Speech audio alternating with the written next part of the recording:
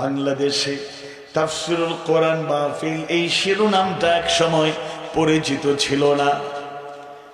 টেকনাফ থেকে তেতুলিয়া, রূপসা থেকে পাথরিয়া, বাংলাদেশের প্রতিটি প্রান্তরে যিনি কোরআনের হৃদয়গ্রাহী তাফসীর মানুষের কর্ণকুহরে পৌঁছে দেওয়ার চেষ্টা করলেন, শুধু বাংলাদেশ নয়, পৃথিবীর 50টা দেশে যিনি কোরআনের তাফসীর করে কোটি কোটি মানুষের কর্ণকুহরে কোরআন হাদিস সুন্নাহর সৌন্দর্য তুলে ধরার চেষ্টা করলেন, যার তাফসীর বয়ানে লক্ষ লক্ষ মিসগাইডেড দিকভ্রান্ত পথহারা হেদায়েত বঞ্চিত মানুষেরা হেদায়েতের আলোয় আলোকিত হয়ে গেল, যার তাফসীর শুনে হাজারো মুসলিম ইসলামের ছায়াতলে আশ্রয় গ্রহণ করলো, যার তাফসীর শুনলে রাসূলের সেই হাদিসটা বারবার মনে পড়ে যায়, ইন্না মিনাল বায়ানি লাসিহরান, নিশ্চয় কোন কোন বক্তৃতায় আছে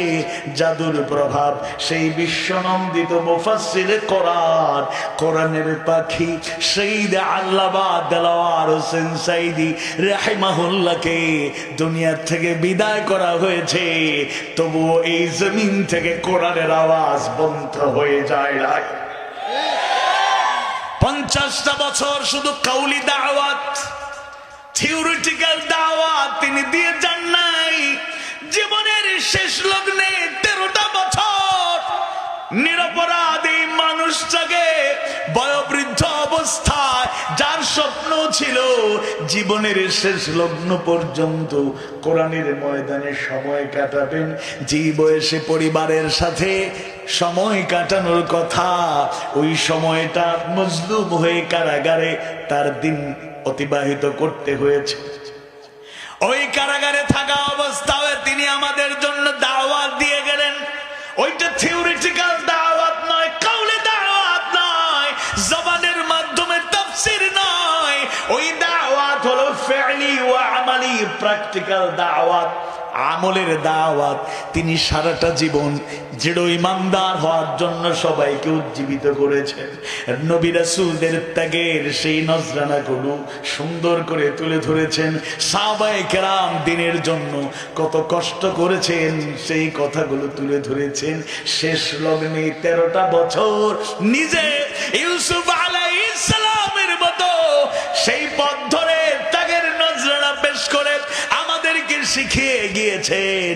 কারণ কারাগারে যাওয়ার পরে একবার নয়, একাধিকবার বারবার তাকে লোভনীয় প্রস্তাব দেওয়া হয়েছিল, আল্লামা সাঈদী আপনাকে মুক্ত করে দেয়া হবে, মুক্ত বিহঙ্গের মতো গোটা দুনিয়ায় আপনি বিচরণ করবেন, আপনার কোনো প্রতিকূলতা থাকবে না, শর্ত একটা মেনে নিন। প্রয়োজনে একটা ইসলামী দল করুন, প্রধান হয়ে যান, সাপোর্ট দেব। প্রয়োজনে ক্ষমতার অংশীদার হয়ে যান, আপনাকে সাপোর্ট দেয়া হবে। শুধু যাদের সাথে আছেন তাদের সাথে সম্পর্ক ছিন্ন করুন, আর বলে দিন এরা সঠিক নয়। আল্লামা সাঈদী রাহিমাহুল্লাহ মুচকি হাসি দিয়ে জবাব দিলেন, আমাকে আপনারা রায় শুনিয়েছেন যাবজ্জীবন কারাদণ্ড, যতদিন বেঁচে থাকবো কারাগারে থাকবো, এটা তো কোনো ব্যাপার নয়। রায় পাল্টিয়ে যদি ফাঁসির রায় ঘোষণা করেন, হাসি মুখে ফাঁসির মঞ্চে জীবন দিয়ে শাহাদাতের পেয়ালা পান করব, হক পথ এক মুহূর্তের জন্য ছেড়ে দেব না।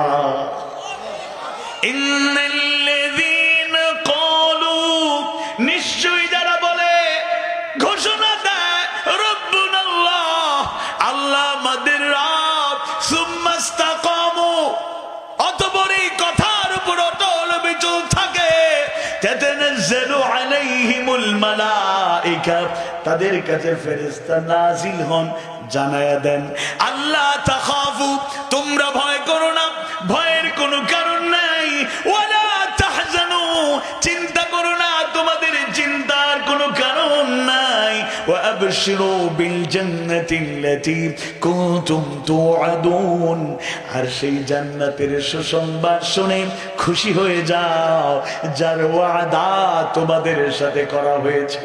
আল্লাহু আকবার। যারা প্রকৃত ইমানদার হয়ে যায়, যারা প্রকৃত মুমিন মুমিনার কাতারে শামিল হয়ে